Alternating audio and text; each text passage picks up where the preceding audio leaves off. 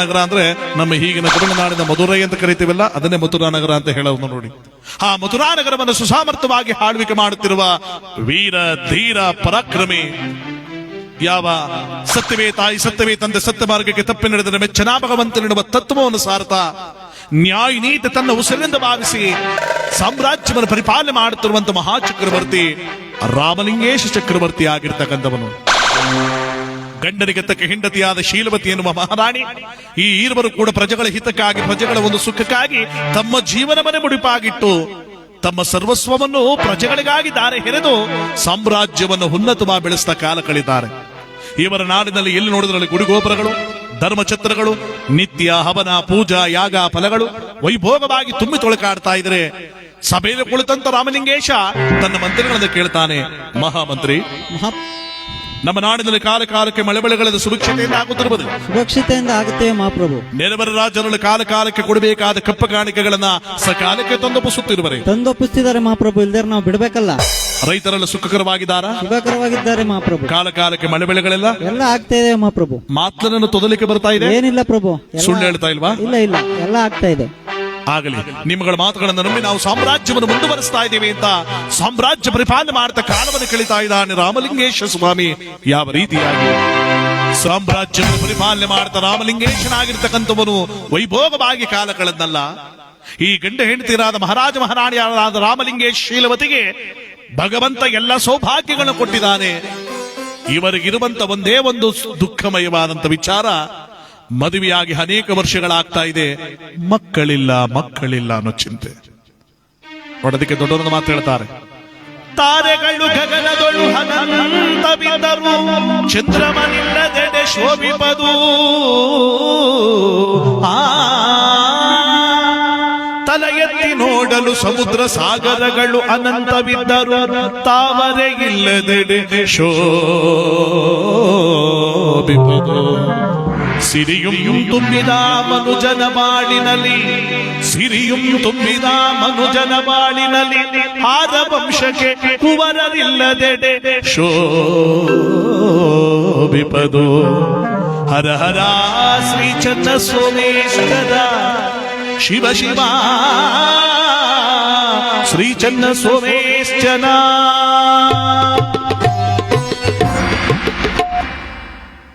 ಭಗವಂತನ ಇದರ ಅರ್ಥ ಏನು ಅಂದ್ರೆ, ಗಗನದಲ್ಲಿ ನಕ್ಷತ್ರಗಳು ಲಕ್ಷಾಂತರ ಇರಲಿ, ಆ ನಕ್ಷತ್ರಗಳ ಮಧ್ಯದಲ್ಲಿ ಒಂದು ಚಂದ್ರಮನಿದ್ದಾಗಲೇ ಆಕಾಶಕ್ಕೊಂದು ಕಳೆ.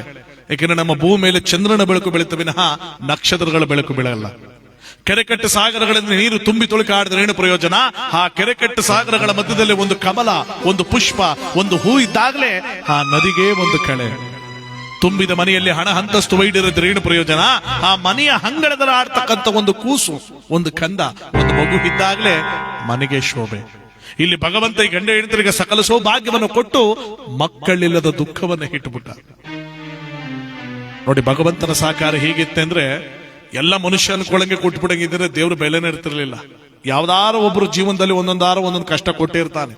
ಆ ಕಷ್ಟದ ರೂಪದಲ್ಲಾದ್ರೂ ಪರಮಾತ್ಮನನ್ನು ನೆನ್ಕೊಳ್ಳಿ ಅನ್ನುವಂತ ಒಂದು ವಿಚಾರ ಅಷ್ಟೇ. ನೋಡಿ, ಸಂಕಟ ಬಂದಾಗ ವೆಂಕಟರಮಣ ಅನ್ನೋ ಹಾಗೆ ನಾವು ಕಷ್ಟ ಬಂದಾಗ ಭಗವಂತನ ಕಡೆ ಹೋಗ್ತೀವಿ ಹೊರತು ಸುಖವಾಗಿದ್ದಾಗ ಮನುಷ್ಯ ದೇವ್ರನ್ನೇ ಗಮನಿಸ್ಕೊಳ್ಳಲ್ಲ.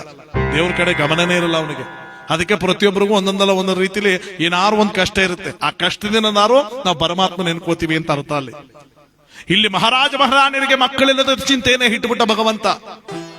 ಈ ಗಂಡ ಹೆಂಡತಿಯರ ಒಂದು ಪುಣ್ಯವೋ, ಭಗವಂತನ ಸಾಕಾರವನ್ನು ಹೊಂದುವಂತ ಈ ಗಂಡ ಹೆಂಡತಿಯರಿಗೆ ಒಳ್ಳೆಯ ಮಕ್ಕಳಾಗುವ ಶುಭ ಸೂಚನೆಯೋ, 4 ಜನ ಶಿವಯೋಗಿಗಳು ದಂಡ ಕಮಂಡದಲ್ಲಿ ಹಿಡ್ಕೊಳ್ತಾ ಆ ಪುಣ್ಯವಾದ ಮಥುರಾನಗರದ ಕಡೆ ಭಗವಂತನ ಶಿವಭಕ್ತಿಯ ತಾಣವನ್ನು ಮಾಡಿಕೊಳ್ತಾ ಶಿವಸ್ಮರಣೆ ಮಾಡಿಕೊಂಡು ಬರ್ತಾ ಇದ್ದಾರಂತೆ. ಆ 4 ಜನ ಶಿವಯೋಗಿಗಳು ಮಥುರಾನಗರದ ಕಡೆ ಬಂದಾಗ ರಾಜರಾಣಿಯರಾದಂತ ಈ ರಾಮಲಿಂಗೇಶ್ ಶೀಲವತಿ ಗುರುವರ್ಯರ ಪಾದ ಪೂಜೆಯನ್ನು ಮಾಡಿ ಒಳಗೆ ಕರ್ಕೊಂಡೋಗಿ ತಮ್ಮ ದುಃಖವನ್ನು ಹೇಳ್ಕೊತಾರಂತೆ. ಬನ್ನಿ ಪೂಜ್ಯರೇ ಬನ್ನಿ, ಊರಿನಲ್ಲಿ ಜನ ಗಂಡ ಹೆಂಡತಿರಂದ್ರೆ ಹೀಗಿರ್ಬೇಕಣೆಯ ಅಂತ ಕೊಂಡಾಡ್ತಾರೆ. ಅದೇ ಜನ ಮತ್ತೊಂದು ಕಡೆ ಮಕ್ಕಳಿಲ್ಲದವಳು ಬಂಜೆ ಬಂಜೆ ಬಂಜೆ ಅಂತ ನಮ್ಮನ್ನ ಹಾಡ್ಕೋತಾರೆ. ಈ ದುಃಖವನ್ನು ನಾವು ಯಾರ ಹತ್ರ ಹೇಳ್ಕೊಳ್ಳೋದು? ನಿಮ್ಮಂತವರ ಪಾದ ಸೇವೆಯಿಂದನಾದ್ರೂ ಪರಮಾತ್ಮನ ಮಕ್ಕಳು ಫಲ ಕರುಣಿಸಲಿ ಸ್ವಾಮಿ, ಆಶೀರ್ವಾದ ಮಾಡಿ, ಆಶೀರ್ವಾದ ಮಾಡಿ. ನೋಡಿ, ನಮ್ಮ ಈಗಿನ ಕಾಲದಲ್ಲಿ ಈ ದುಃಖ ಕೆಲವು ಮಾತಾಂತರಿಗಿದ್ದೇ ಇರುತ್ತೆ. ಈ ಮಕ್ಕಳಿದ್ದು ದೊಡ್ಡದ್ರು ಸುಮ್ ಚುಚ್ಚು ಮಾತಾಡೋದು ಎಲ್ಲ ಕಡೆ ಜಾಸ್ತಿ ನೋಡಿದ್ರು.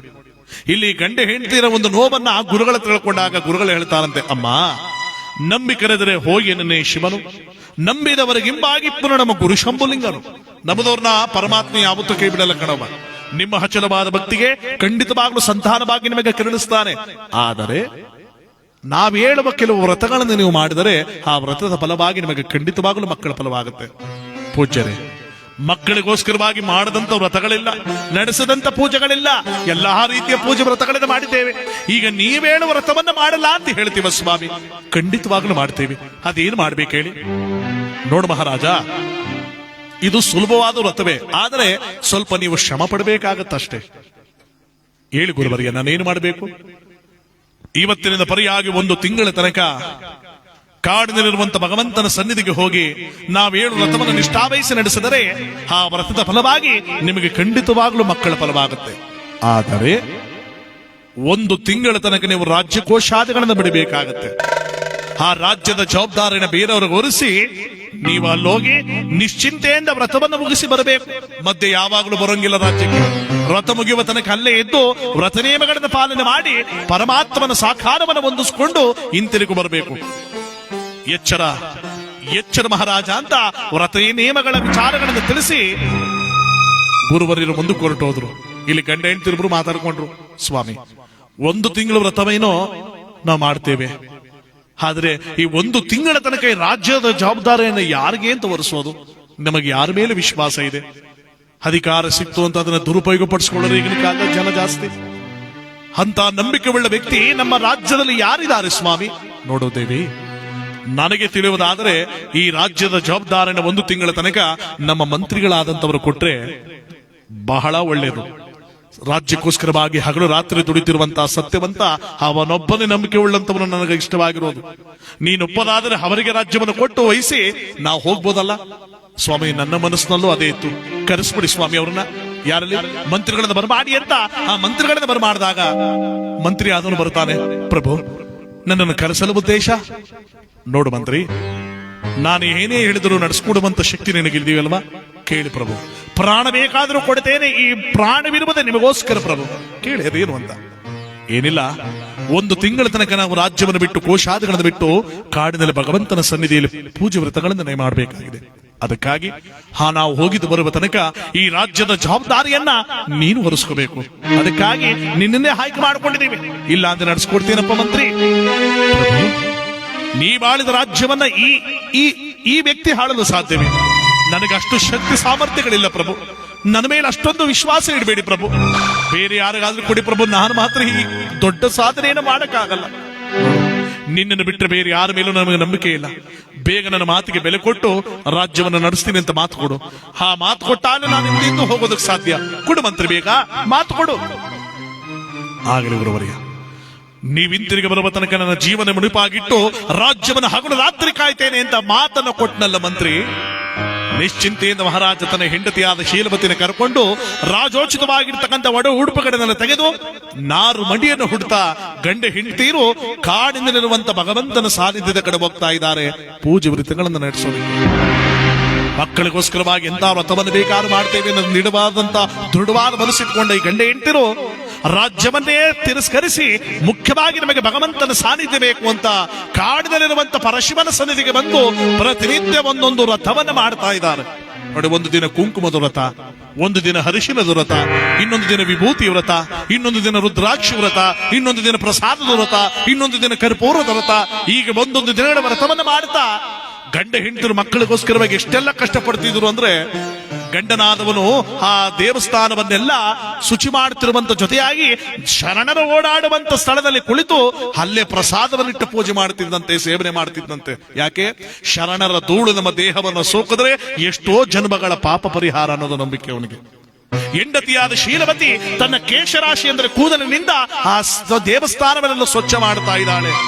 ಭಕ್ತಿನಿಷ್ಠೇನ ಪುಣ್ಯವಾದ ಕಾರ್ಯವನ್ನು ಮಾಡ್ತಾ 29 ದಿವಸಗಳ ರಥವನ್ನ ಮುಗಿಸಿದ್ದಾರೆ ಗಂಡ ಹೆಂಡತಿರು.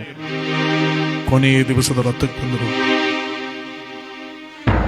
ಭಗವಂತನ ಸಾನ್ನಿಧ್ಯವನ್ನು ಸೇರುವುದಕ್ಕೋಸ್ಕರವಾಗಿ ಆ ಪರಮೇಶ್ವರನ ಸಾನ್ನಿಧ್ಯವನ್ನು ಭಕ್ತಿಯನ್ನು ಬೇಡ್ತಾ ಇದ್ದಾರೆ. ಹೇ ಪರಮೇಶ್ವರ, ಇವತ್ತು ಕೊನೆಯ ದಿವಸದ ರಥ, ನಿನ್ನ ಆಶೀರ್ವಾದ ಫಲವ ನಮಗೆ ಮುಖ್ಯವಾಗಿ ಬೇಕು. ದಯಮಾಡಿ ಅನುಗ್ರಹ ಮಾಡಿ ಇವತ್ತು ನೀನೇನಾದ್ರೂ ಶುಭವಾರ್ತೆಯನ್ನು ನಮಗೆ ಕರುಣಿಸಿದರೆ ನಮ್ಮ ಜೀವನ ಪಾವನವಾಗುತ್ತೆ. ದಯಮಾಡಿ ಅನುಗ್ರಹಿಸು ಪರಮಾತ್ಮ ಅಂತ 12 ಜ್ಯೋತಿರ್ಲಿಂಗಗಳ ಸ್ಫಟನೆ ಮಾಡ್ತಾ ಗಂಡ ಹೆಂಡತಿರು ಮಕ್ಕಳಿಗೋಸ್ಕರವಾಗಿ ಬೇಡ್ತಾ ಇದ್ದಾರೆ. ಹಿಂತೆಳೆದು ಸ್ವಾಮಿ, ನಾವು ಬೇಡದಕ್ಕೂ ಬಲಭಾಗದಲ್ಲಿ ಹೂ ಬೀಳಿತು ಅನ್ನೋದಕ್ಕೂ ನಮ್ಮ ಪರಮಾತ್ಮನ ಮೊರೆಗೆ ನಾವು ನಮ್ಮ ಮೊರೆ ಭಗವಂತನ ಕೇಳಿದಂತ ತಾನೇ ಅರ್ಥ. ಹೌದು ಕಣೆ, ಕೊನೆಗೂ ದೇವರು ಹೊಲಿದು ಬಿಟ್ಟ ಅಂತ ಕಾಣುತ್ತೆ. ಇನ್ನು ನಮಗೆ ಖಂಡಿತವಾಗಲು ಮಕ್ಕಳಾಗುತ್ತೆ, ಬಾ ಹೋಗೋಣ ಅಂತ ಇಂತರಿಗೆ ರಾಜ್ಯದ ಕಡೆ ತಿರುಗದಾಗ ಇತ್ತ ಮಂತ್ರಿಯಾದವನು ಅಧಿಕಾರ ಸಿಕ್ತೊಂದು ದುರುಪಯೋಗ ಪಡಿಸಿಕೊಳ್ಳದೆ ರಾಜನಿಗಿಂತಲೂ ವೈಭೋಗವಾದಂತ ರಾಜ್ಯಾಡಳಿತ ಮಾಡಿ ಉನ್ನತವಾಗಿ ಬೆಳೆಸಿಬಿಟ್ಟಿದ್ದಾನೆ ಮಥುರಾ ನಗರವನ್ನು. ರಾಜ ಹೇಳ್ತಾನೆ, ಮಂತ್ರಿ, ಎಂತ ಸೌಭಾಗ್ಯವಂತನಾದಂತವನನ್ನು ನಾನು ಪಡೆದೆ. ರಾಜ್ಯವನ್ನು ಕಾಪಾಡುವುದನ್ನು ಉನ್ನತವಾಗಿ ಬೆಳೆಸಿದೆಯಲ್ಲ, ನಿನ್ನಂತ ಮಂತ್ರಿನ ಪಡೆದ ನಾನೇ ಪುಣ್ಯವಂತ ಅಂತ ಗಂಡ ಹೆಂಡತಿರುವರು ಕೂಡ ಸಾಮ್ರಾಜ್ಯವನ್ನು ಮುಂದುವರಿಸಿದ ಕಾಲ ಕಳೆದ್ರು. ಎಷ್ಟೋ ವರ್ಷಗಳಾದ ಮೇಲೆ ಶೀಲವತಿಯಾದವಳು ಗರ್ಭ ಧರಿಸ್ತಾ ಇದ್ದಾಳೆ. ಎಲ್ಲರಿಗೂ ಸಂತೋಷ ಆಗೋಯ್ತು. ಆಹಾ, ಕೊನೆಗೂ ಭಗವಂತ ನಂಬಿದಕ್ಕೂ ಸಾರ್ಥಕ ಆಯಿತು ನಮ್ಮ ಮಹಾರಾಜ ಮಹಾರಾಣಿ.